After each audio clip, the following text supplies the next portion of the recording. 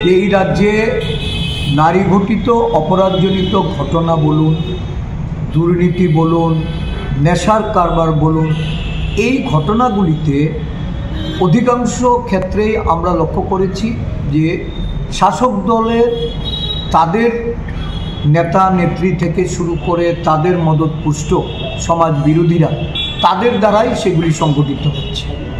যে ঘটনা আজকে একজন কেন্দ্রীয় মন্ত্রীর ভাইকে জড়িয়ে এটা গতকালকে সংবাদ পরিবেশিত হয়েছে, এতে এটা পরিষ্কার যে আশ্রয়দাতা বলুন আর প্রশ্রয়দাতা বলুন আর এই ঘটনাগুলির সঙ্গে যারা যুক্ত অধিকাংশই শাসক দলের ছত্রছায়ায় আছে। প্রকৃত তদন্তের মাধ্যমে এর বিচার ব্যবস্থার জন্য আমরা দাবি জানাচ্ছি।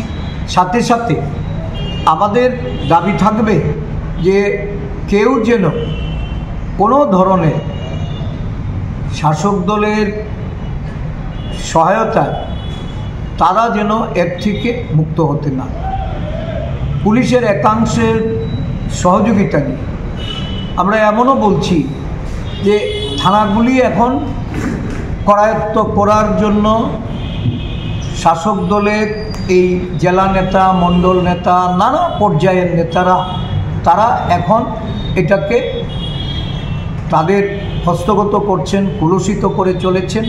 আইনের শাসন বলতে যা বোঝায় এর ছিটে ফুটো রাজ্যে।